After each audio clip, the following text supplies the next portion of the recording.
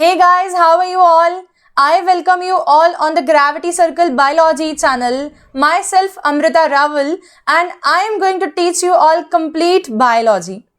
Dear students, हम लोगों ने बहुत सारे चैप्टर्स ऑलरेडी पढ़ना स्टार्ट कर चुके हैं जिसके अंदर आप लोग देखेंगे human reproduction in organisms, the living world और एनिमल किंगडम। इन सारे ही चैप्टर्स को हम लोग बिगिन करके इसके अंदर ऑलरेडी 1-1, 2-2 लेक्चर्स कंप्लीट कर चुके हैं। ठीक है, तो जिन लोगों ने सारे लेक्चर्स नहीं देखे हैं वो लोग जाके फटाफट से सारे लेक्चर्स को एक बार स्क्रॉल करो, देखो और समझो। हर एक लेक्चर एक बहुत ही अद्भुत अनुभव देगा आप लोगों को। द रीजन बिहाइंड दैट कि हर एक लेक्चर के अंदर इतने अच्छे विजुअल्स इनपुट किए हैं, मैंने स्लाइड्स बनाई हैं जिससे कि आप लोगों को कैसे पॉसिबल नहीं है कि कॉन्सेप्चुअल क्लैरिटी ना आए। ठीक है, तो हर एक लेक्चर जो है आपके दिमाग के मतलब मान लो पर्दे खोल देगा जो कि लगे हुए हैं। जहां बच्चे सोचते हैं कि बायोलॉजी तो एक ऐसा सब्जेक्ट है जहां रटना पड़ेगा, परंतु यहाँ पर भूल जाते हैं हम लोग कि उसी सब्जेक्ट के कारण हमारा एग्जिस्टेंस है और वही सब्जेक्ट अगर हम लोग इमेजिन नहीं कर पाएंगे तो शायद कभी भी समझ में नहीं आएगा और इसलिए हमेशा बोरिंग लगेगा। ठीक है, तो the living organisms and life is very beautiful. Try to enjoy the lectures with the help of visual imagination that is going to gain your interest automatically. So students, now this you all can see there is a Gravity Circle Biology platform right now जहां पर आप लोग मेरे साथ अभी जुड़े हुए हैं। ठीक है, इस चैनल की लिंक जो है वो सभी लोग प्लीज अपने फ्रेंड्स के साथ शेयर करें, अपने फैमिली मेंबर्स के साथ में शेयर करें जिनके बच्चे नीट एस्पिरेंट हैं या जो आपके फ्रेंड्स नीट की तैयारी कर रहे हैं या क्लास 11th में हैं या क्लास 12th में हैं और पीसीबी उनका सब्जेक्ट है। So that this channel will gain lot of we can say popularity because of all of you my dear students। तो तुम लोग ही इसकी पॉपुलैरिटी गेन करवाने में मदद कर सकते हो क्योंकि टीचर तुम्हारा अच्छे से पढ़ा रहा है, डेडिकेटेड है। अब तुम्हारा सिर्फ इतना कर्तव्य बैठता है कि तुम इसके लिंक जो है मैक्सिमली शेयर करने की कोशिश करो। ठीक है, चलो ओके। एक और हमारा चैनल है ग्रेविटी सर्कल केमिस्ट्री। इस पे मृत्युंजय सर आप लोगों को केमिस्ट्री पढ़ा रहे हैं और सर बहुत अच्छे से पढ़ाते हैं, हर एक चीज को बिल्कुल डेप्थ में जाके क्लियर करने की पूरी कोशिश करते हैं। सर का एक और चैनल है, ठीक है, जिसके ऊपर सर मोटिवेशनल वीडियोस या स्ट्रैटेजीज हो गई या एक general basic day to day lifestyle में स्टूडेंट क्या प्रॉब्लम फेस करता है और उनके क्या क्या सोल्यूशंस हो सकता है, ये सारी बातें डिस्कस करते हैं। चलो तो आज स्टार्ट करते हैं। हम लोग हमारा पढ़ना आगे से प्रोसीड करेंगे। हम लोग रिप्रोडक्शन इन ऑर्गेनिजम्स पढ़ रहे थे, जिसको नहीं याद आ रहा बता देती हूँ। हम लोग रिप्रोडक्शन इन ऑर्गेनिजम्स पढ़ रहे थे, यस याद है? ठीक है, तो रिप्रोडक्शन इन ऑर्गेनिजम्स पढ़ रहे थे और यहाँ पर हम लोगों ने asexual mode of reproduction, the life span, ये सारे कॉन्सेप्ट्स ऑलरेडी पढ़ लिए। ठीक है, अब आज हम लोग देखेंगे कि हम लोग बेसिकली लास्ट क्लास में थे बर्डिंग वाले पोर्शन पे, जिसके अंदर मैंने आप सभी लोगों को एक्सटर्नल या एक्सोजेनस बड फॉर्मेशन क्या होता है इसकी डिटेलिंग बताई थी। ठीक है, याद है?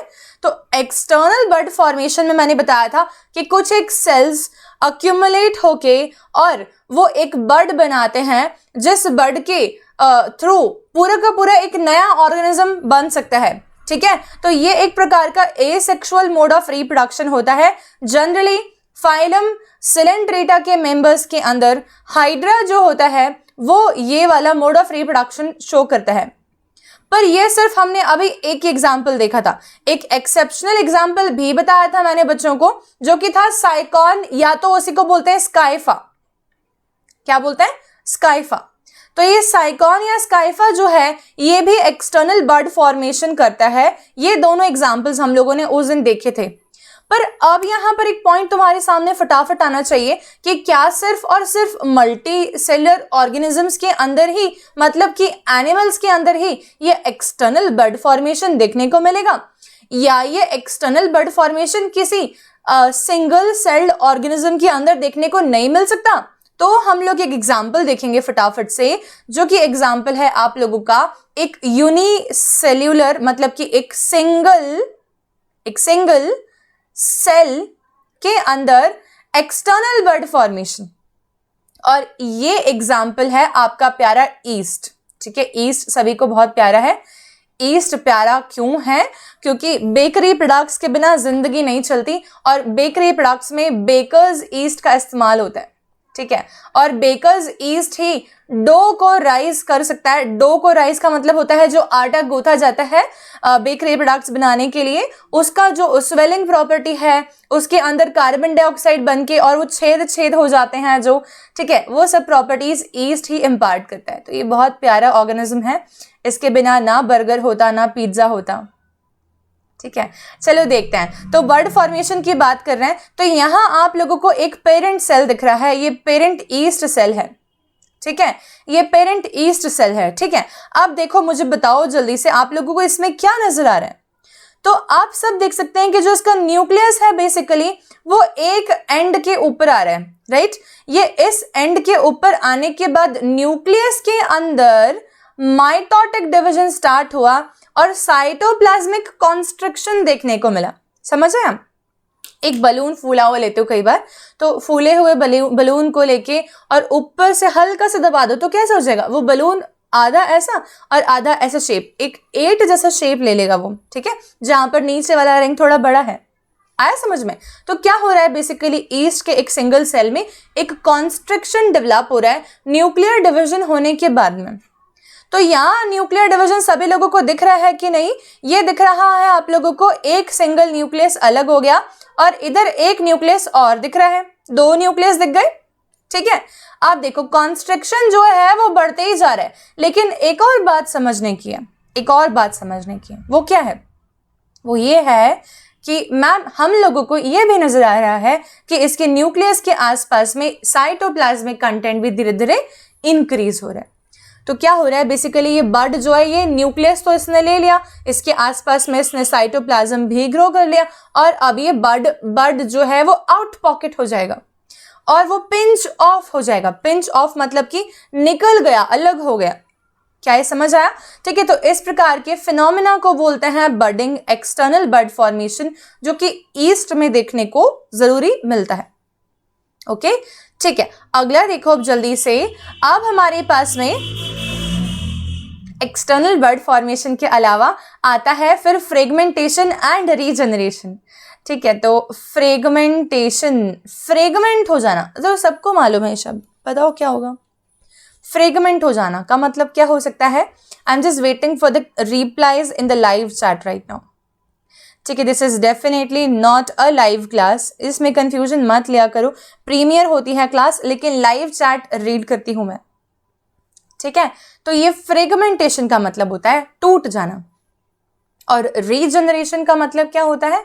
रीजनरेट हो जाना, बन जाना दोबारा से। ठीक है, रीजनरेट, जनरेट का मतलब होता है बनना, रीजनरेट दोबारा से बनना। किसके बारे में बात हो रही है यहाँ पर? तो हम यहाँ पर 3 बहुत इंपॉर्टेंट एग्जाम्पल्स को डील करेंगे। यहाँ पर एक एग्जाम्पल है हाइड्रा, एक एग्जाम्पल है प्लेनेरिया, एक और एग्जाम्पल बताऊंगी स्टारफिश। इसको थ्योरी पढ़ाने के पहले मैं आप लोगों को इसका पिक्टोरियल रिप्रेजेंटेशन बताऊंगी। देखिए ये, ठीक है। तो आप देखो बच्चा, क्या समझ आ रहा है कि एक एग्जाम्पल दिख रहा है हम लोगों को, ये है एग्जाम्पल प्लेनेरिया।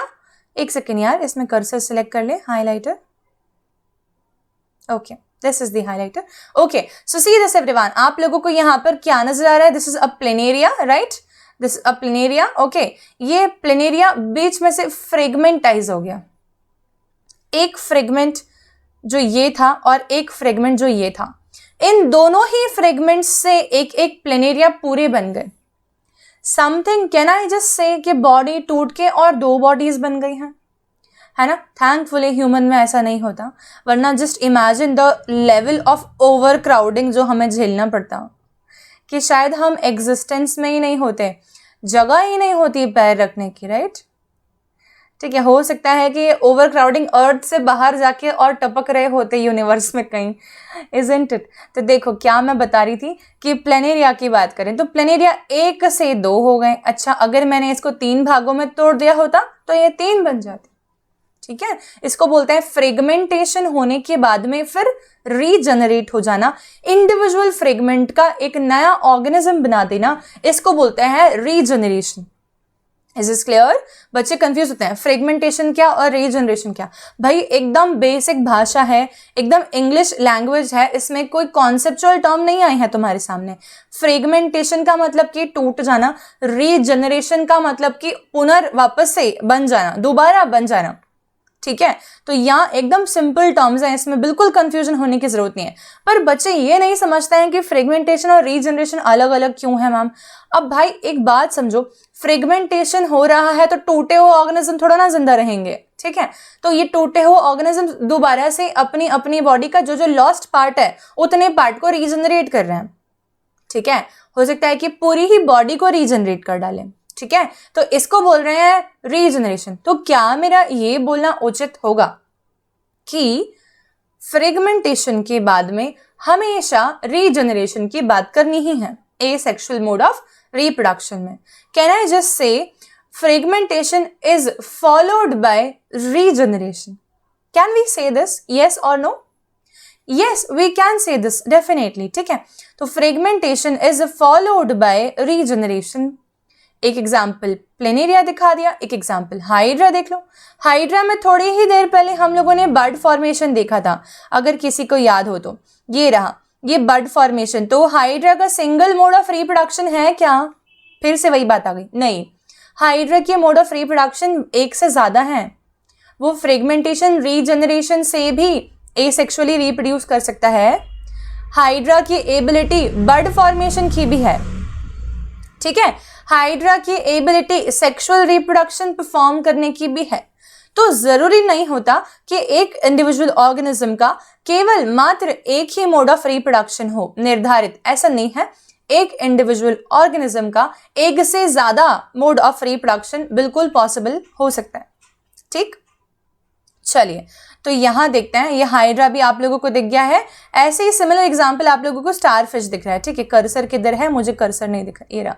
हाँ, स्टारफिश और हाइड्रा, ये तीनों एग्जांपल्स में आप लोगों को फ्रेगमेंटेशन और रीजनरेशन मैंने दिखा दिया। ठीक है, चलिए अब थोड़ा सा इसको रीडिंग लगा लेते हैं कि when the body of hydra और planaria is cut into several fragments। इसलिए मैंने आप लोगों को 3 फ्रेगमेंट भी बोला था कि बच्चे डायग्राम देख के कंफ्यूजन में ये ना आ जाए कि सिर्फ 2 ही फ्रेगमेंट होगा तो रीजनरेट होगा, ऐसे नहीं।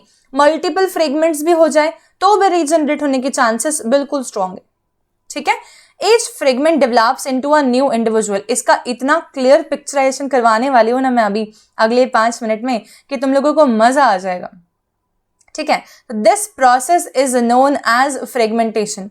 नहीं, मेरे आसपास में कोई यहाँ पर प्लेनेरिया नहीं है जिसको मैं काट के बताऊं आपको कि रीजनरेट कैसे हो रहा है। यहाँ हम लोग इमेजिन करेंगे इस चीज को। Regeneration is a process by which organism develops और रीजनरेट्स देयर लॉस्ट और वोर्न आउट पार्ट्स। जो पार्ट्स खो दिए हैं उन्होंने, या जो पार्ट्स उनको वापस से चाहिए हैं अपनी बॉडी में ताकि उनकी बॉडी कंप्लीट कहला सके, वो पार्ट्स को वो दोबारा से रीजनरेट कर लेंगे। ठीक है, चलिए यहाँ ये वाला पॉइंट सभी लोग रीड करें मेरे साथ में। The theory reading is as important as understanding of concepts. इसका एकमात्र कारण ये है कि जब हम लोग कोई चीज समझ लेते हैं ना, तब उसके इमीडिएटली बाद अगर आपने उसका एक पैराग्राफ रीड कर लिया हो तो you may get a better clarity with the same concept। ठीक है, और वो फिर वो फर्म हो जाता है, उसको निकाल नहीं सकता कोई। ठीक है, चलो ओके, बाहर वेजिटेबल्स और फ्रूट्स वालों की आवाज आती रहेगी।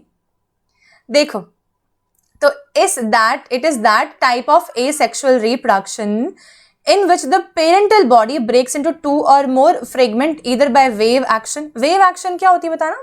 wave action, what is the wave action?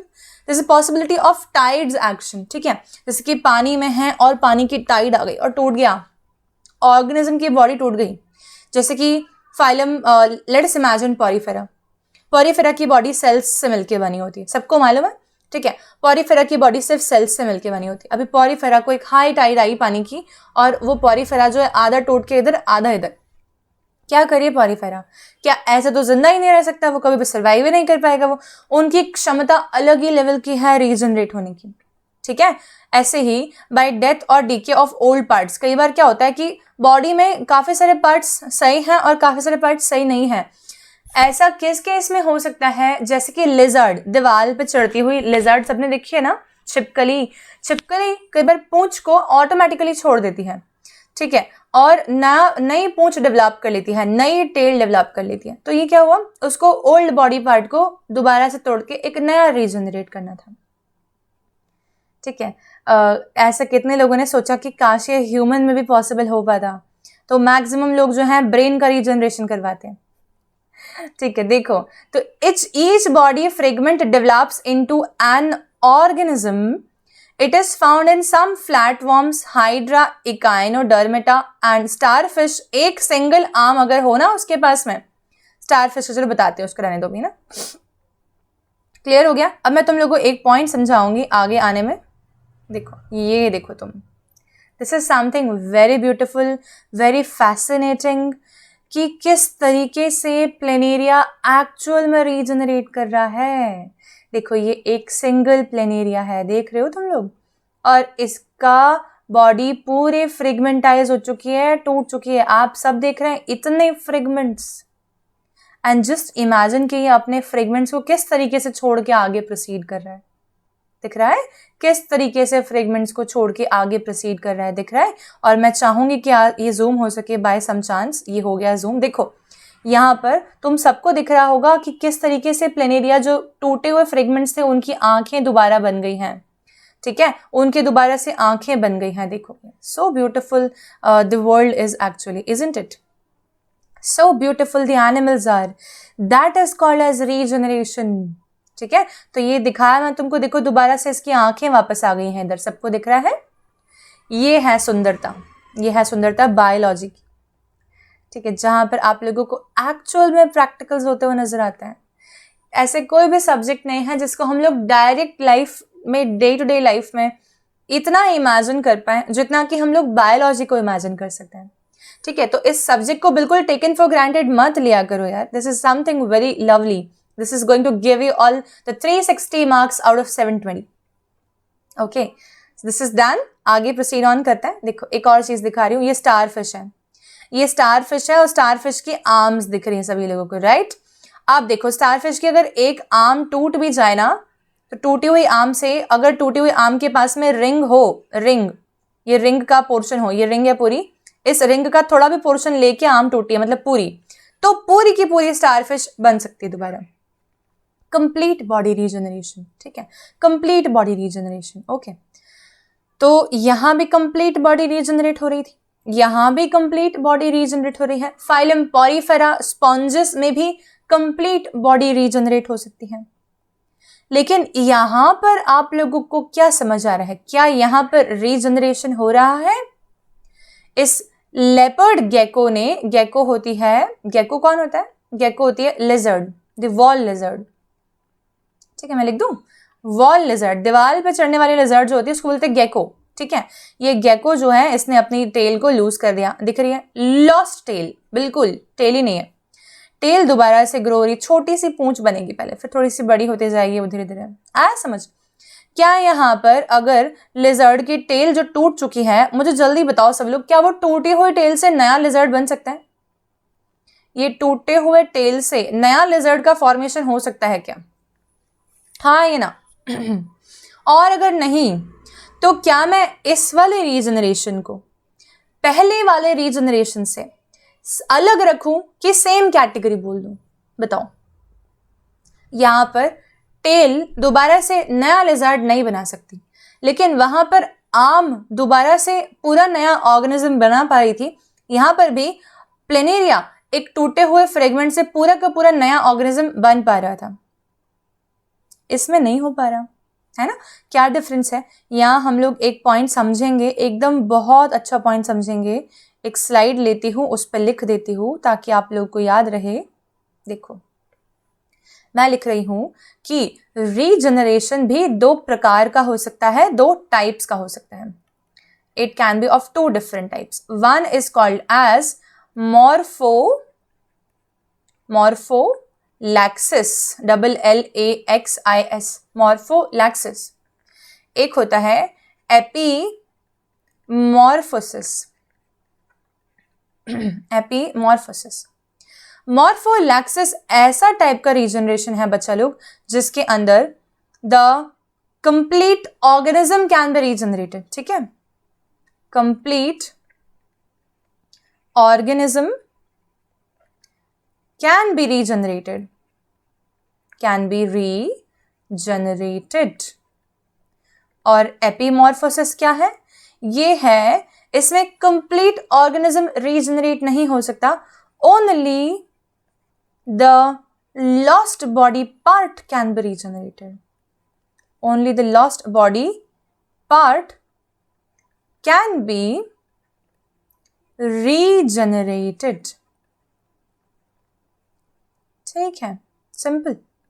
तो मुझे बता दो कि प्लेनेरिया को मैं किस कैटेगरी में रखूं। मैंने अगर मॉर्फोलैक्सिस को नंबर 1 दिया है और अगर मैंने एपीमॉर्फोसिस को नंबर 2 दिया है तो मैं प्लेनेरिया को किस कैटेगरी में रखूं?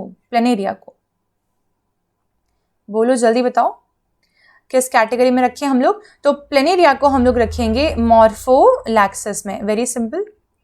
हाइड्रा भी इसी में आ जाएगा, हाइड्रा भी इसी में आ जाएगा। इसी में स्पॉन्जिस आ जाएंगे, मतलब कि फाइलम पॉरीफेरा, ठीक है। प्लेनेरिया आ गया, हाइड्रा आ गया, स्पॉन्जिस आ गए, और कौन आ सकता है? स्टारफिश आ सकती है, मतलब कि एकाइनोडर्मेटा।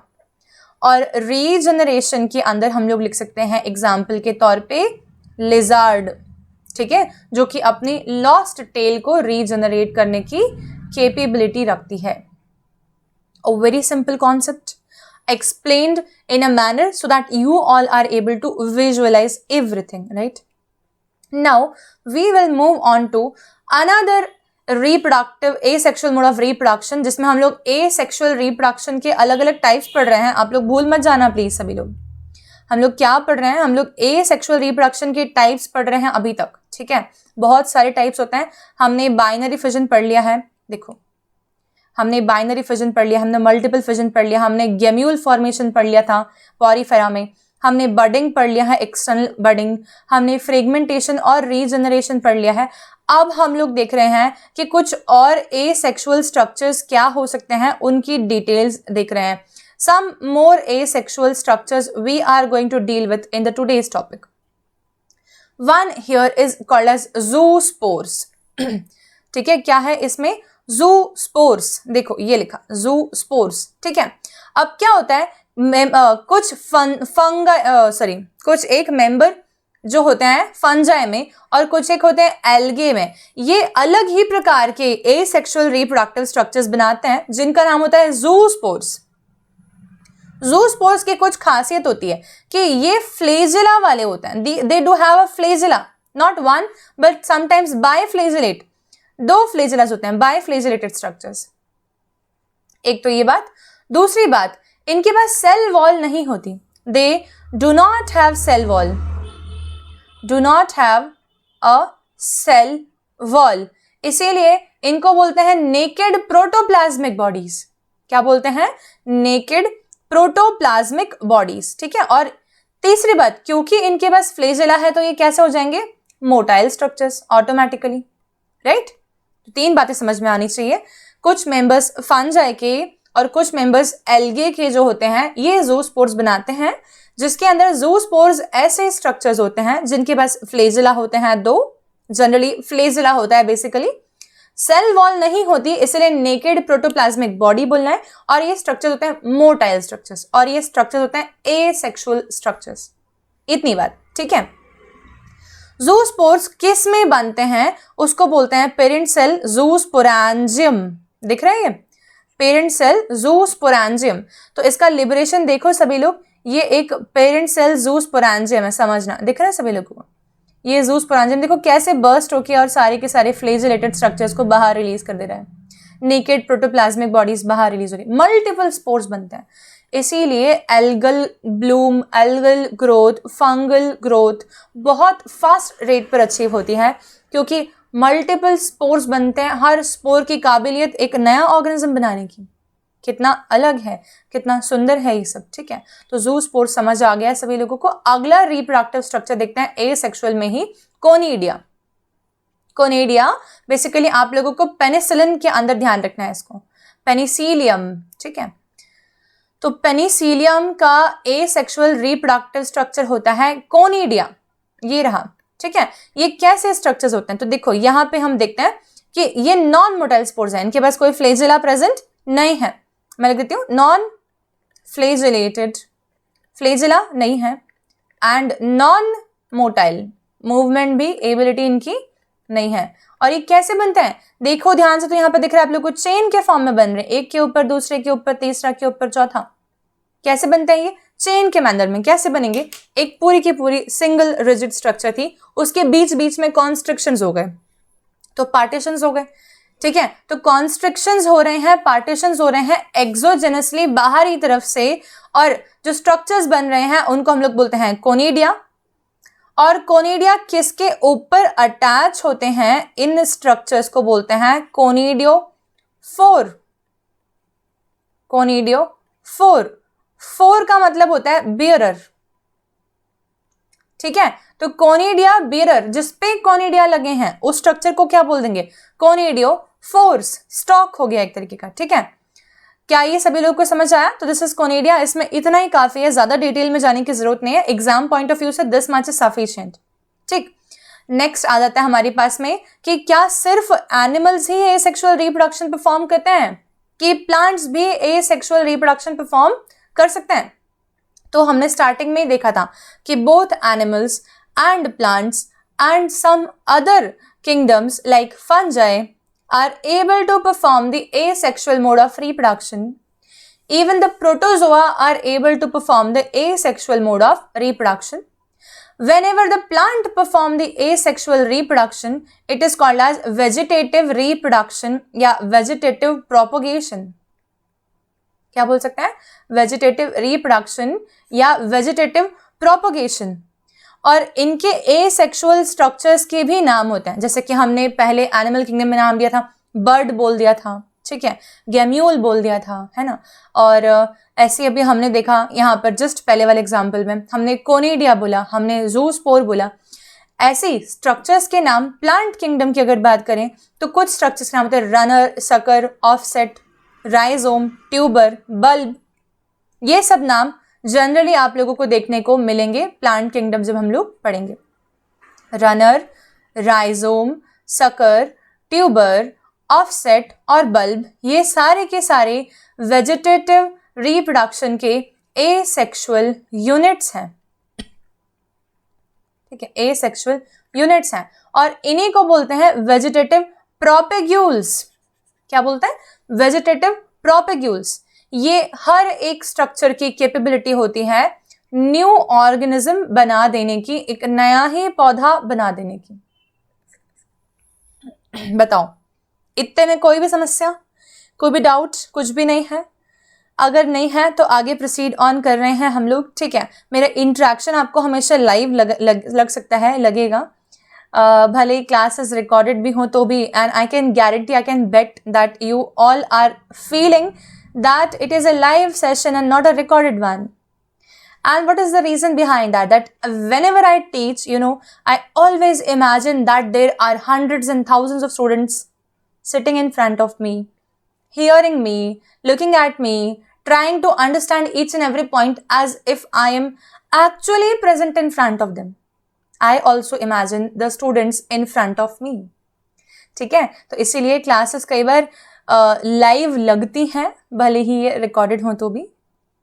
देखो आगे देखते हैं, इसमें एक एग्जाम्पल हम लोग देख रहे हैं वेजिटेटिव रिप्रोडक्शन से डेवलप हुए एक प्लांट का।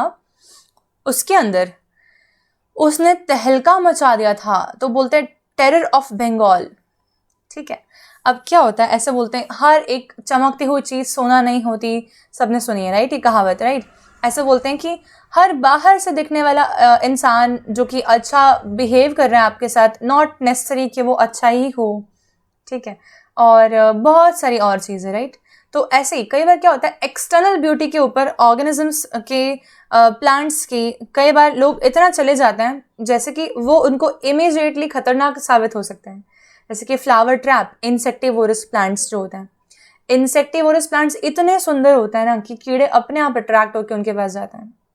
कीड़े उनके पास जाते हैं कि इस फ्लावर से नेक्टर लेंगे या इस प्लांट से नेक्टर लेंगे, और एक्चुअल में क्या होता है, वो ट्रैप में फंस जाता है। ठीक है, रियल लाइफ भी सीखो बायोलॉजी से।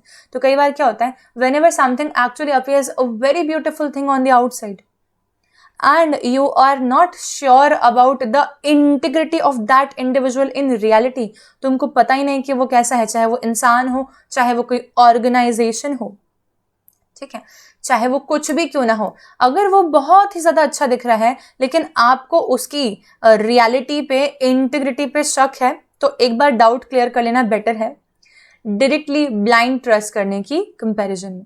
ठीक है, तो यहाँ पर भी हमारे इंडिया में एक खतरनाक चीज साबित हो गई। वो क्या हो गई कि एक प्लांट बड़ा सुंदर दिखता था, पर्पल फ्लावर।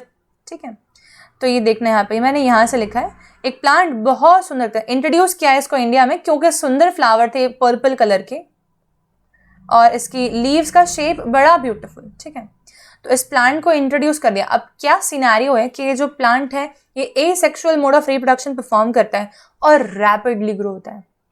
जहां भी, जिस भी लेक में इसको इंट्रोड्यूस कर दिया गया, उस जगह की बाकी ऑर्गेनिजम्स की तो मतलब बर्बादी।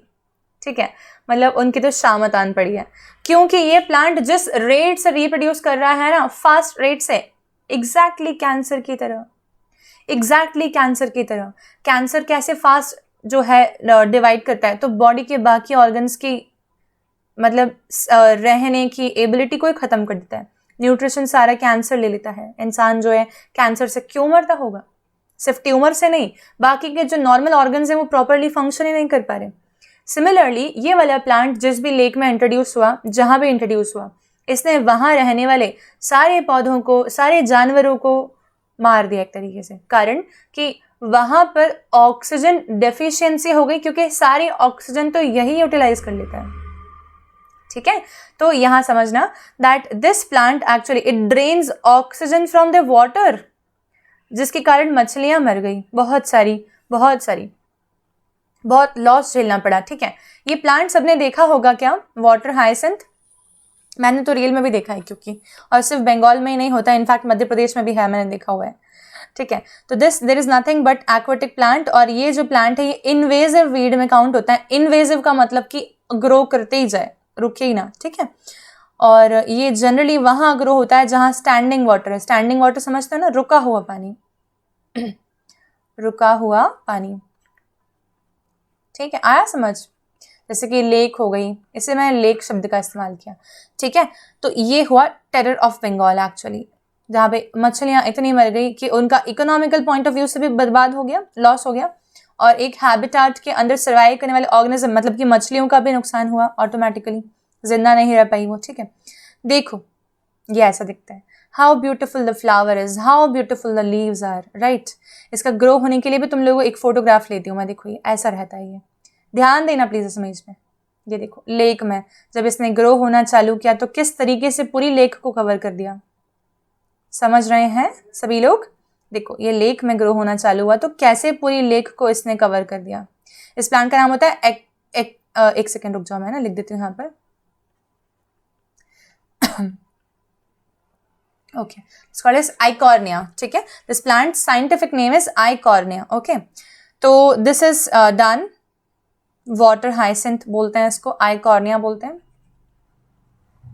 वाटर हाइसेंथ या तो फिर आइकॉर्निया। ठीक है, चलो ये हुआ टेरर ऑफ बंगाल के बारे में। ऐसे ही वेजिटेटिव प्रोपगेशन में rate of reproduction automatically fast हो जाएगा, ध्यान रखें सभी लोग हमेशा। ठीक है, चलो आगे प्रोसीड करते हैं। क्या आप लोगों ने कभी भी पोटैटो, शुगर केन, बनाना, जिंजर, डहलिया, इन सब में से किसी भी एक चीज का कल्टीवेशन किया है? ठीक है, बच्चे बोलेंगे हमने तो नहीं किया, पर आलू पड़े हुए अपने आप ही कल्टीवेट हो गया मैम। कई बार हुआ होगा, कई बार हुआ होगा, हुआ है ना।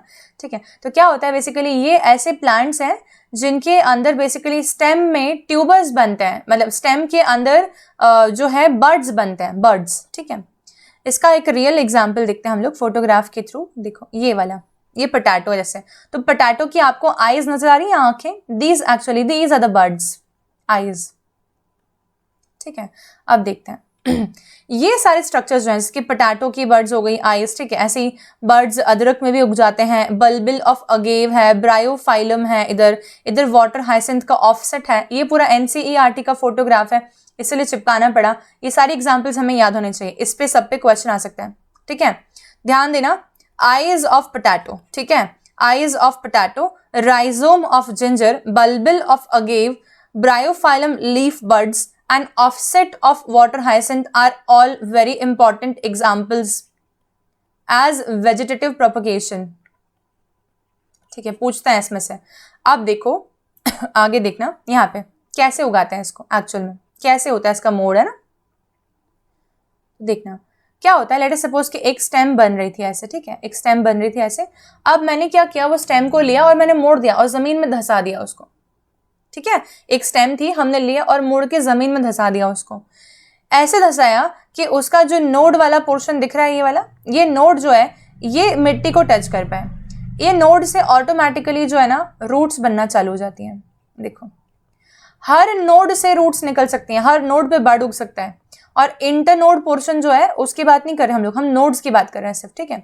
ऐसे करके शुगर केन की खेती कर सकते हैं। शुगर केन कभी भी अगर आप दिवाली में लेते हैं, कभी भी लेते हैं, तो शुगर केन के जब भी गन्ना होता है उसको, उसमें बहुत सारे बर्ड्स होते हैं, राइट। वो बर्ड्स को अगर प्रॉपरली जो है आप लोग उगा देना और अच्छे से प्रॉपरली पानी करें उसको टाइमली बेसिस पे, तो उससे एक नया शुगर केन पूरा उग सकता है, ठीक है।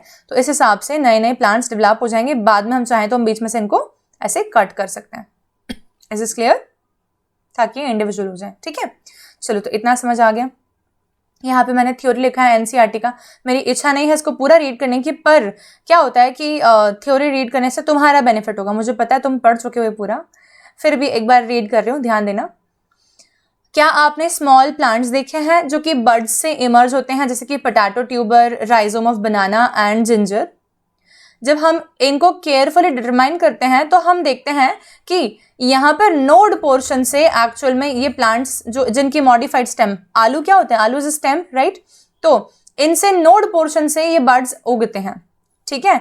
जब भी इन बर्ड्स को डैम्प सॉइल, गीली मिट्टी के अंदर हम रख दें तो यहाँ से रूट्स निकलना चालू होती हैं और एक नया पौधा उग सकता है। जैसे कि एडवेंटिशियस रूट निकलती हैं लीफ मार्जिन से ब्रायोफाइलम प्लांट के। ब्रायोफाइलम एक लोकल वैरायटी प्लांट की होती है, जनरली बहुत फास्ट ग्रो करता है, ठीक है। काफ़ी बच्चों ने अपने 11th या 12th के एक्सपेरिमेंट में उनके टीचर्स ने ब्रायोफाइलम का प्लांट मंगाया होगा, लीफ, ठीक है। तो ये एक अच्छी चीज़ है वेजिटेटिव रिप्रोडक्शन प्लांट्स के रिस्पेक्ट में, क्योंकि फार्मर्स बहुत इस्तेमाल करते हैं इसका ज़्यादा से ज़्यादा ईल्ड करने के लिए ना पौधों की, ठीक है। तो अब देखो, ये तुम्हें दिखा दिया मैंने कि बर्ड है सपोज पोटैटो का, तो कैसे नया पौधा उग जाएगा, इस तरीके से। आया समझ। ऐसे जिंजर है, जिंजर के राइजोम से देख रहे हो तुम लोग कैसे पौधे उग रहे हैं, पूरे पूरे पानी में रख दो तो पूरा उग जाएगा, ऐसा है ना। ऐसे ही ब्रायोफाइलम को देखो, लीफ मार्जिन से नए नए पत्ते उग रहे हैं ऐसे। These are very beautiful things. आप लोगों को ये फाइब्रस रूट्स भी दिख रहे हैं यहाँ पे, एडवेंटिशियस सभी को, ठीक है। So these are the examples of basically vegetative reproduction in case of plants, ठीक है। तो it is interesting to note that asexual reproduction is the common method of reproduction in the organisms जिनकी simpler organisation है, जैसे कि algae, fungi, ठीक है, and that they shift to sexual mode. क्या ये सेक्सुअल मोड पे नहीं जा सकते? ये जा सकते हैं सेक्सुअल मोड ऑफ रिप्रोडक्शन पर भी, लेकिन ये सिर्फ तब जाएंगे जब इनको जेनेटिक वेरिएबिलिटी लेके आनी है, क्योंकि इनकी सर्वाइवल प्रॉब्लम आ रही है, ठीक है। तो एडवर्स कंडीशन में sexual mode of reproduction perform कर लेंगे ये, सो दैट इनके वेरिएशंस के कारण आगे आने वाली जनरेशन जो है ज्यादा बेटर अडेप्टेबल है, ठीक है। तो अब सिर्फ लास्ट पोर्शन ए सेक्सुअल रिप्रोडक्शन का बचता है, वो है कि एडवांटेजेस क्या क्या हैं ए सेक्सुअल रिप्रोडक्शन के और डिसएडवांटेजेस क्या क्या हैं।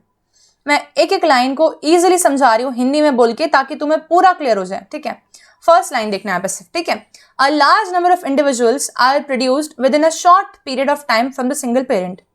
ये तो शायद वो वाटर हाइसेंथ से बहुत क्लियर हो गया होगा कि अगर आपने एक दो पौधे भी उगा दिए तो पूरी लेक कवर कर जाएंगे, मतलब कि एक सिंगल पेरेंट से इतने सारे प्रोजेनीज बन सकते हैं। तो ये फर्स्ट पॉइंट, ये एडवांटेज हो गया पेरेंट के लिए। ये एडवांटेज किसके लिए है? पेरेंट के लिए है कि पेरेंट से इतने सारे प्रोजेनीज बन गए।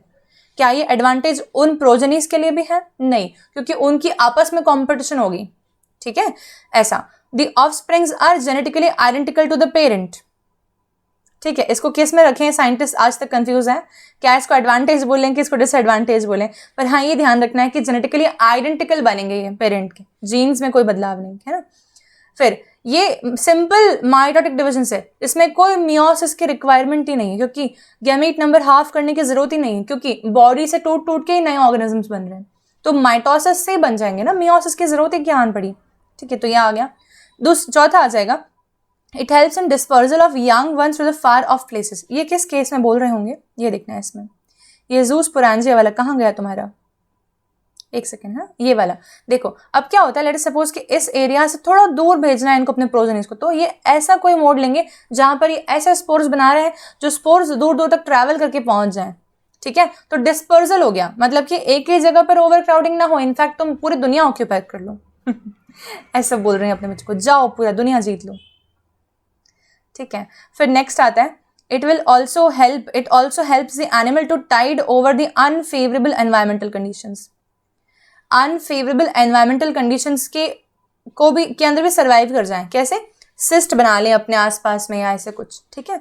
तब ये पॉसिबिलिटी अलाउ करता है। ये सब है एसेक्सुअल रिप्रोडक्शन के एडवांटेजेस। और डिसएडवांटेज हम सब जानते हैं, जेनेटिकली बिल्कुल सेम बनेंगे। तो अगर कोई ऑर्गेनिज्म जेनेटिकली बिल्कुल सेम बनता है तो वो क्लोन बनता है, और क्लोन कभी भी खुदा ना खास्ता कोई खराब कंडीशन उनके सामने आ जाती है, बहुत ही डेंजरस एनवायरमेंटल कंडीशन बन गई, तो वह सर्वाइव नहीं कर पाएंगे, वो वीक हो जाएंगे वहाँ पर, क्योंकि उनके अंदर कोई वेरिएशंस नहीं आए। वेरिएशंस अडेप्टेबिलिटी को इंक्रीज करता है, और वेरिएशंस ही नहीं आए तो अडेप्टेबिलिटी डिक्रीज हो जाएगी ऑटोमेटिकली, ठीक है। तो लेस अडेप्टेबल हो जाएंगे, और क्योंकि ये क्लोन्स बन रहे हैं तो क्लोन्स के ही कारण सारे डिसएडवांटेज हैं, ठीक है। क्लोन्स बन रहे हैं तो सभी सेम दिख रहे हैं। जस्ट इमेजिन कि तुम्हारे जैसी ही दुनिया कैसी लग रही है, अजीब, ठीक है। ऐसी इनके लिए वही दुनिया है कि ये जैसे दिखते हैं एग्जैक्टली वैसे ही दिखते हैं सब आसपास के, ठीक है। तो genetically exactly identical individuals are produced, तो स्पीसिएशन की तो बात ही नहीं आती, तो they are not helpful in speciation, ठीक है। Is this clear to all? This much is very very well done. Next class में हम लोग सेक्सुअल रिप्रोडक्शन पढ़ेंगे, ठीक है। तो आज के लिए बस इतना ही। इतनी क्लास को ढंग से पढ़ लो एक बार, जितना मैंने नोट्स बनवाए हैं ये स्लाइड्स में, सारे नोट्स को ठीक से पढ़ लो, ठीक है। और अगर तुम लोगों को जो मैं स्लाइड्स बनाती हूँ इन स्लाइड्स की कॉपी चाहिए हो तो एक बार कमेंट में नीचे डाल दो। हम कोशिश करेंगे कि स्लाइड्स को अटैच करें पीडीएफ फॉर्म में गूगल ड्राइव के अंदर किसी ना किसी, सो दैट आप लोग उसको डाउनलोड कर सकें और उनसे पढ़ सकें, ठीक है। That could be done definitely. So dear students, this is for today. Now we will meet tomorrow in the very next class. Meanwhile, I would request everyone to please share the link of the channel as much as possible. Okay? Bye everyone. Good night.